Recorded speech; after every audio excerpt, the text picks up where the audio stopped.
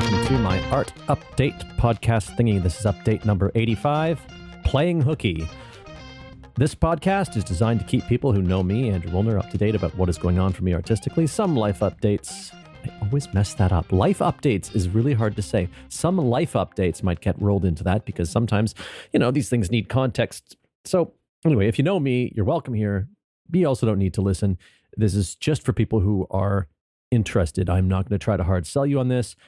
Hey, if you don't know me, how did you find this podcast? Anyway, you're also welcome to listen, but you might be missing context that people who do know me know, if that makes any sense. Anyway, if you are just joining now for whatever reason, you might want to check out episodes 1, 2, and 52. Those will bring you up to date on what I've been doing with my life over the past 20 some odd years. I would stick with those and advise against binging the whole series. These podcasts are not recorded with binging in mind. There's a lot of repetition, might be boring. Anyway, so this one, late recording again. And the only reason I'm even getting this out at all today is because Hammy and I, my son, we're both home with colds and we both took the day off today. I'm recording this super late in terms of day of the week. It's Tuesday. I normally try to record on Friday. This is normally my university teaching day. And my excuse for not getting to till today, just busy. And there was a long weekend in there. I never get anything done on long weekends. All right. Let's just get into the updates though. YTG. Actually, I'm going to leave this one till the end. Let me just, Nerd Night updates. We did Nerd Night last Friday. It went really well. I got some photos. Oh yeah, maybe I'll post some of those. I'll post some of those out at some point. Yeah, they weren't amazing. They're fine. Anyway, photography. So that was, sorry, that was this past Friday. The next Nerd Night is October 18th. Tokyo.nerdnight.ite.com if you want to check that out. It's available online. I'm hauling a lot of stuff down there, and this is going to be a problem. So we recently moved from, so post-pandemic, we lost our Tokyo venue, and so we started doing the show in Kawasaki and JDS, which is the theater venue that I use for all my theater stuff.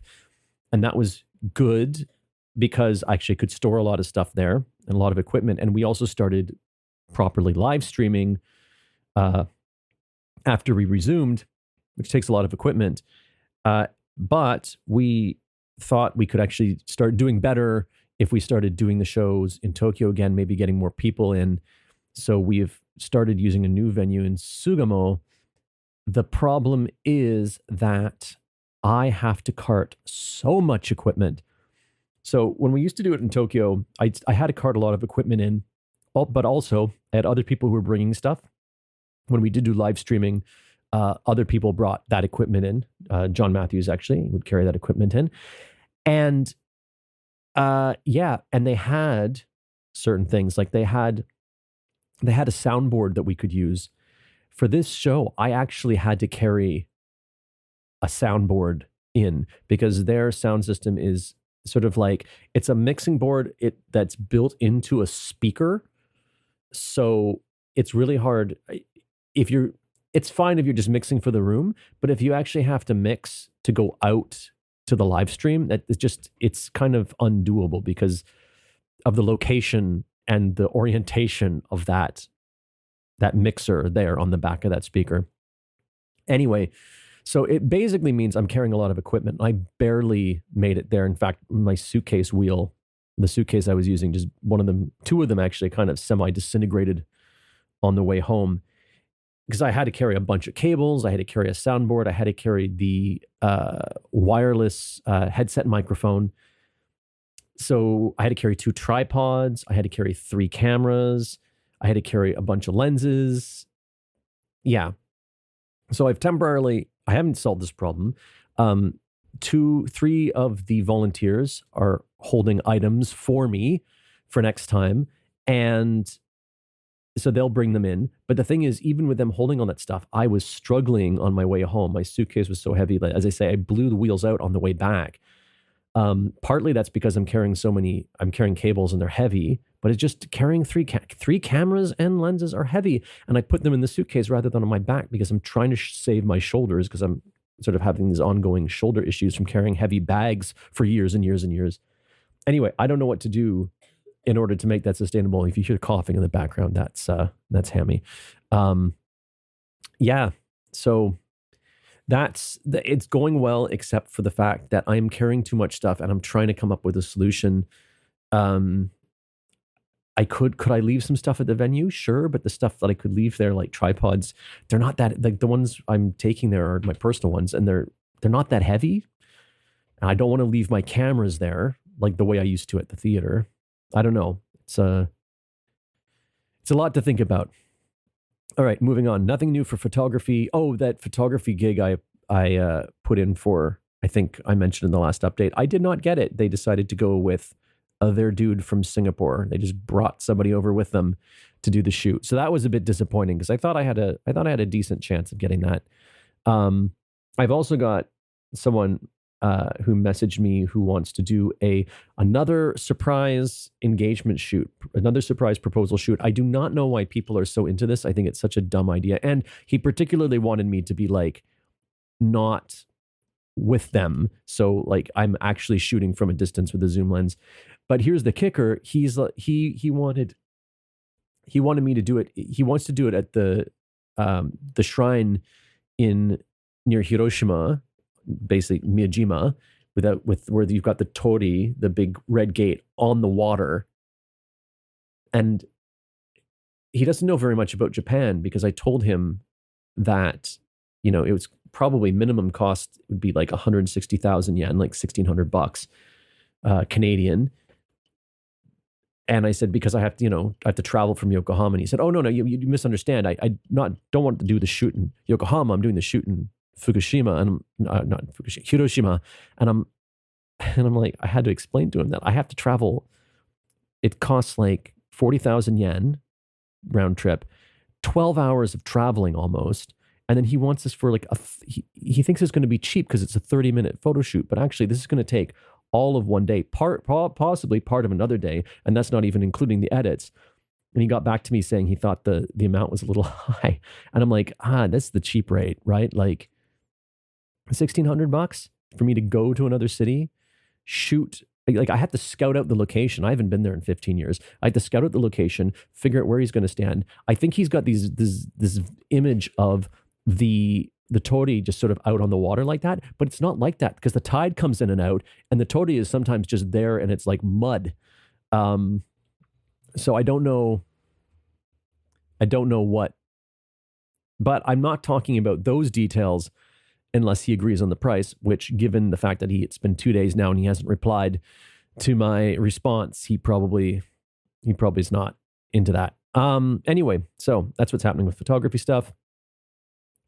For the yesterday project, the audio project, I went to Keiko, the author's house, last week. So that's a very rare house that's over 100 years old in Yokohama. It's actually been renovated quite a bit, so it wasn't quite the sort of like feeling I was expecting when I walked inside to like connect to, moments in her script. But yeah, it was good to sort of see it and remind myself what the area was like. But yeah, nothing's really going to move forward on that project probably for the next month.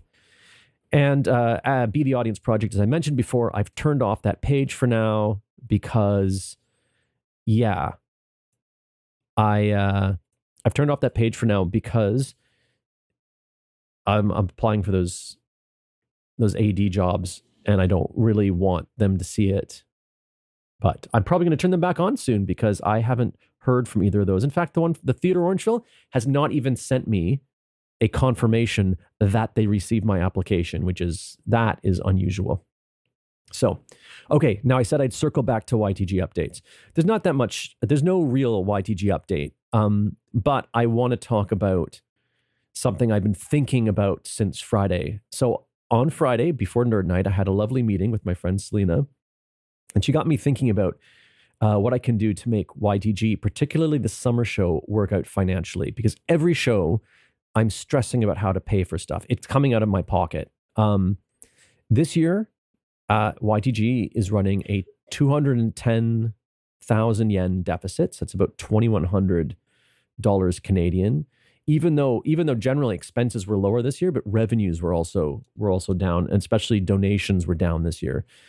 Any deficit for this company comes out of my pocket. There is no war chest.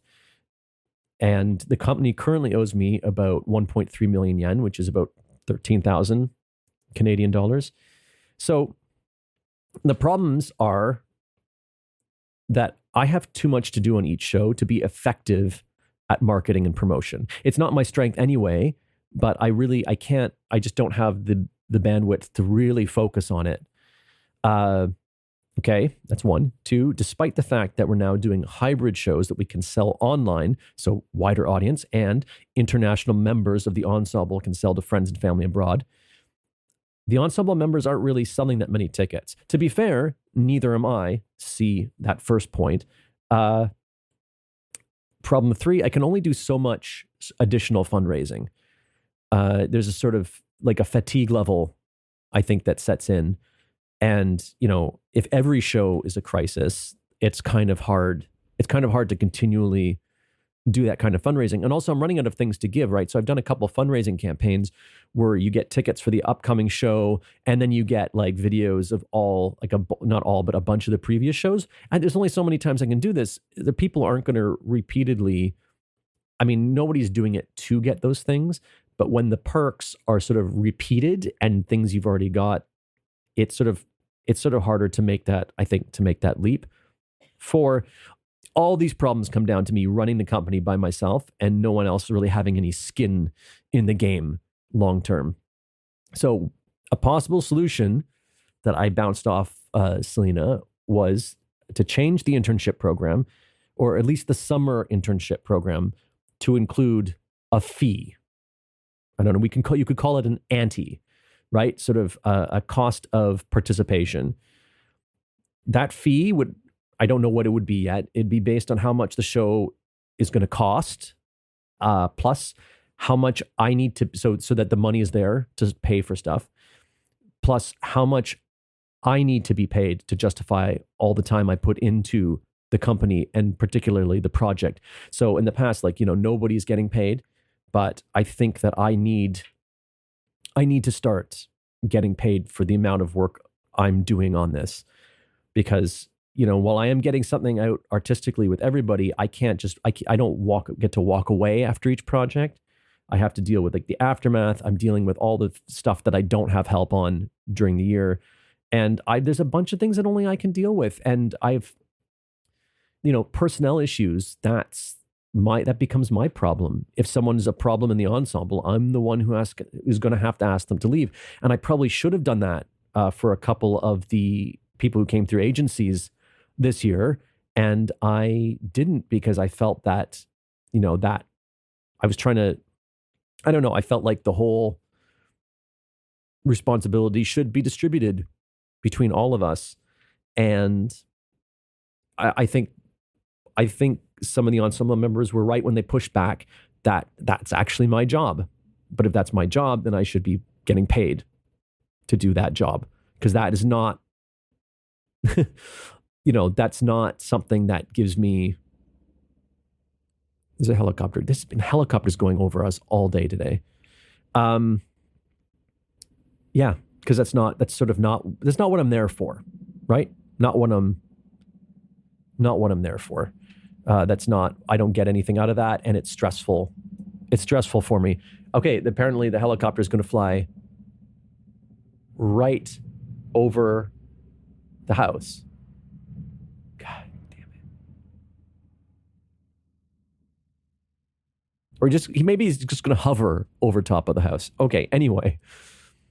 So, moving on. Yeah. So the fee will be based on how much the show will cost, plus how much I need to be paid to justify the stuff that I do and what I bring to the project. And the fact that, frankly, if it wasn't for me, the project isn't happening. So people will essentially be buying a membership into the ensemble. But having said that, it's not like that money is sunk and gone. So the idea will be ensemble members will sell their own tickets or have a fundraising page or something of their own, so they can actually, if they need to, if they want to, they can actually make that money. They can actually make that money back and come out net zero on that. And so I would then provide the infrastructure for them to do that.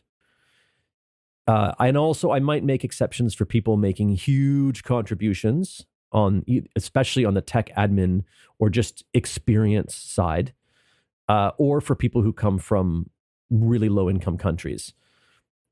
So those are possible exceptions. Now, problems with this is how to do this and make sure it doesn't become hierarchical in either direction, so that they feel like oh, they're paying students, and so it creates me as the permanent staff member. It creates this hierarchy where like I'm like the Uber boss. So that's one direction, or the other direction where they feel like they're paying me and want to exercise an inordinate amount of control over how I do my job. So I don't want that to go in either direction. Okay, another problem is how to manage this with interns coming in via agencies who are already paying the agencies to find them an internship. So, already unpaid internships, super rare these days in the world, not in Japan. But I don't know, with that problem, with few exceptions, the people coming through agencies are not key ensemble members, right? So that might just be, we treat them and I don't want to do this because I liked everybody being in the same sort of bowl, so to speak, the same circle, but also based on the behavior of a lot of them. And there's exceptions to this, but I would say more than 50% now of the people coming through agencies behave like employees. So maybe we need to start treating them like employees. I don't know. In terms of in terms of some of the behaviors, I think I've mentioned in previous podcasts, like an excessive amount of sort of clock watching and behaving like everybody else is a manager and they're a worker when we're all workers. So I don't know, maybe we just make that we just put that relationship where it belongs. It really sucks because we have had a few people coming from the agencies who are useful members of the ensemble, not necessarily even as performers, but who actually contributed and were invested. But maybe we treat those people, we take their skill, like the skill that they're coming to hone and the activity they want to do, and we let them do that, and we just silo them off. I don't know. And like I said before, the problem with the fee is to, how to make sure it's high enough to have investment, but not so high that it's onerous and nobody wants to join us. And I mean, because I really hate having people who are contributing to a project to be paying to contribute to a project. But I'm looking at this more like it's kind of a co-op. I put a lot of money. I essentially put all the money up front for this project. And other people, of course, they're paying out because they're coming to Japan and staying, so they're invested in that. But yeah, I don't know. So I'm still thinking about this. Only the summer show, how much, that kind of thing. But something needs to change because it's getting really hard, and I need to justify to myself and to my family that this activity is worth pursuing. That I'm creating art, and it's also getting me somewhere in this horrible late stage capitalism world we live in. So anyway, that's my big thought for the week. I'll probably record another update at the end of the week. It'll probably be really short. Oh, the other thing I didn't mention, I have an audition coming up. It's not YTG. This is separate. I've got an audition coming up for an NHK morning drama. There's a lot of people auditioning for this, so I don't know how big a chance I have, but I am growing up my mustache and working on my Dublin accent to play Lafcadio O'Hearn in a show that would be filming next winter. Early 2025 through to spring 2025. Yeah.